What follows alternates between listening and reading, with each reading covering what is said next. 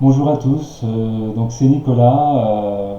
C'est vrai que vous ne connaissez pas forcément mon visage, mais j'ai décidé donc de faire quelques vidéos pour partager avec vous et vous faire part de mon expérience, des expériences que j'ai fait, dans le but simplement d'échanger, de partager des informations, et puis voilà.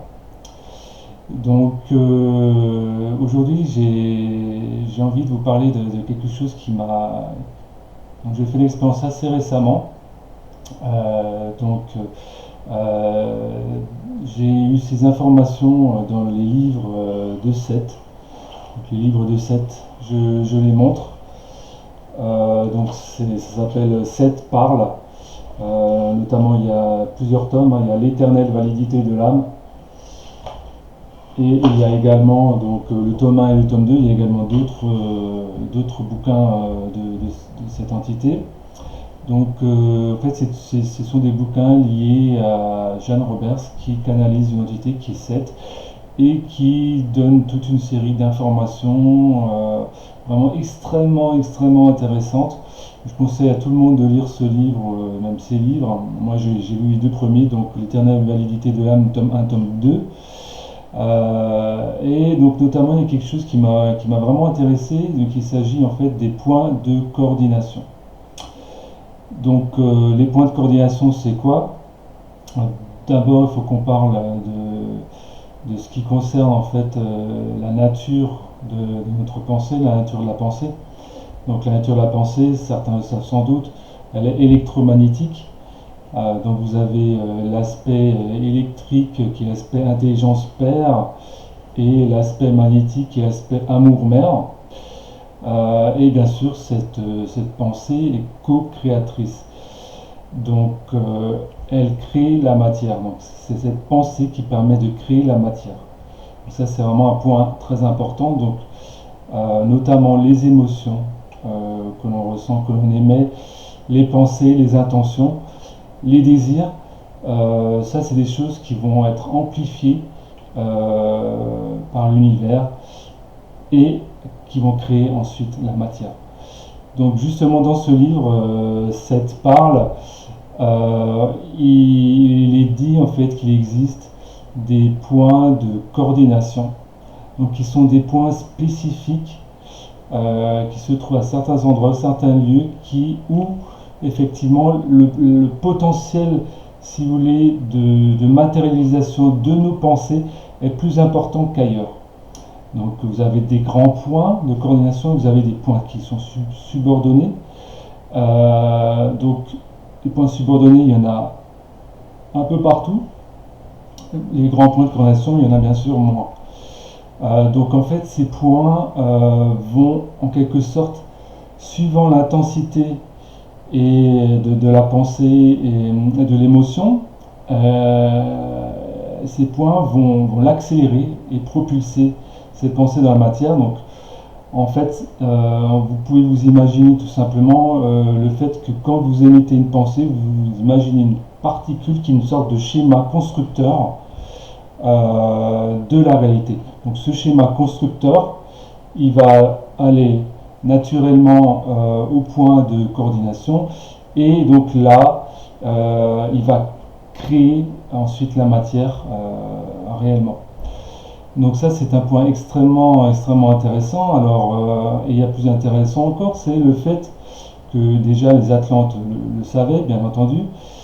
Donc les Atlantes créaient, d'après ce que Seth dit dans son livre, des routes et autres, ou en tout cas utiliser en fait ce savoir dans le cadre de leur création, de leur bâtiment, leur fondation, etc.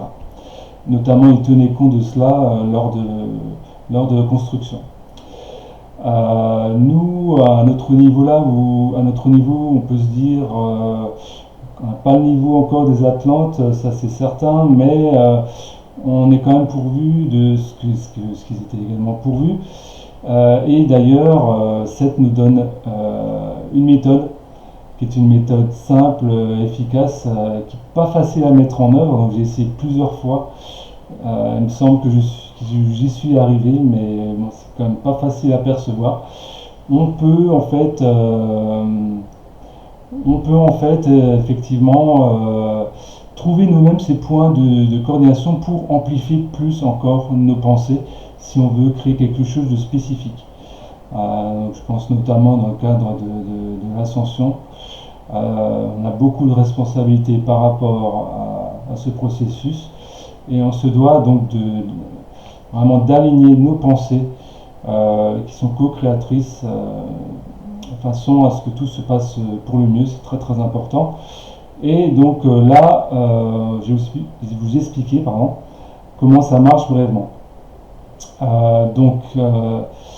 Pour vous donner la méthode de 7, elle est simple. En fait, vous imaginez ici au niveau du troisième œil, en fait, une ligne droite, en fait, comme ça. Donc vous fermez les yeux, vous imaginez une ligne droite, et au sommet de votre crâne, vous imaginez une autre ligne droite. D'accord ? Ensuite, vous imaginez que vous émettez une pensée et vous regardez par rapport à cette ligne droite qui sort de votre crâne, que vous avez visualisée, vous regardez dans quelle direction pointe cette ligne droite en fonction de vos pensées. Donc en fait, vous allez créer, en termes visualisatifs et à l'aide de vos pensées, une sorte de radar. Et ce radar va vous permettre de suivre la direction qu'empruntent vos pensées pour aller à ces points de coordination. Alors c'est pas facile, je vous conseille de le faire, au calme, bien vous concentrer et vous allez pouvoir identifier s'il y a des points de coordination, de subcoordination chez vous et de façon à mieux potentialiser encore vos pensées.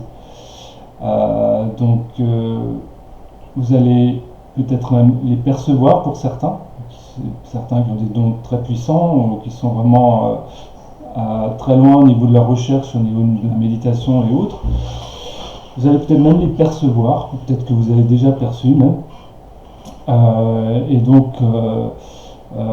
va pouvoir, une fois qu'on a identifié ce point ou ces points de coordination, on va pouvoir intentionnellement créer une visualisation et une émotion en se focalisant sur ces points de coordination pour mieux encore potentialiser la puissance co-créatrice de nos pensées. Donc ça c'est quelque chose de formidable, c'est vraiment un outil hyper puissant. Il faut savoir que ces points de coordination et de potentialisation, ils sont neutres. Donc ça veut dire que si on émet des pensées, des émotions positives, surtout celles qui sont intenses, celles qui sont intenses qui co-créent le plus par rapport à ces points qui sont les plus en tout cas accélérés. Donc c'est très important de savoir que si on crée des émotions négatives liées à la peur par exemple, ou des choses où on imagine des désastres ou ce genre de choses, surtout dans le cadre de peur, d'émotions fortes, intenses, ça va se concrétiser plus rapidement que si effectivement on a des émotions faibles ou non intenses par exemple. Donc la particule, si vous voulez, de pensée, elle va être plus chargée entre guillemets, elle va plus donner lieu à cette potentialisation dans la matière. Et là c'est la même chose en positif puisque ces points d'accélération sont neutres. Forcément, question de libre arbitre. Tout est accéléré de la même manière, suivant le même processus, en fonction de l'intensité de l'émotion de la pensée. Donc voilà, c'était ma première vidéo. Je souhaite de bonnes expériences par rapport à ça. Donc je rappelle, imagine une ligne droite qui va comme ça, qui sort droit au niveau du troisième œil, au niveau donc du sommet du crâne une autre ligne droite, et on essaie de trouver, ça doit former un angle. On émet les pensées comme un radar et on regarde où est attirée la pensée, et on essaie de déterminer effectivement où se trouve ce point de coordination pour après, par exemple, en méditation, essayer de le localiser plus finement et de faire des essais, d'envoyer des pensées spécifiquement au niveau de ce point de coordination, essayer de créer un lien avec et de découvrir, d'expérimenter cette nouvelle réalité qu'on découvre, en tout cas que moi je découvre. Donc voilà. Merci à tous pour m'avoir suivi. J'espère que cette vidéo vous a plu. Il y en aura sans doute d'autres, en tout cas s'il vous plaît. Voilà, je vous remercie. Je vous souhaite une agréable journée à tous et à bientôt. Ciao, ciao, salut.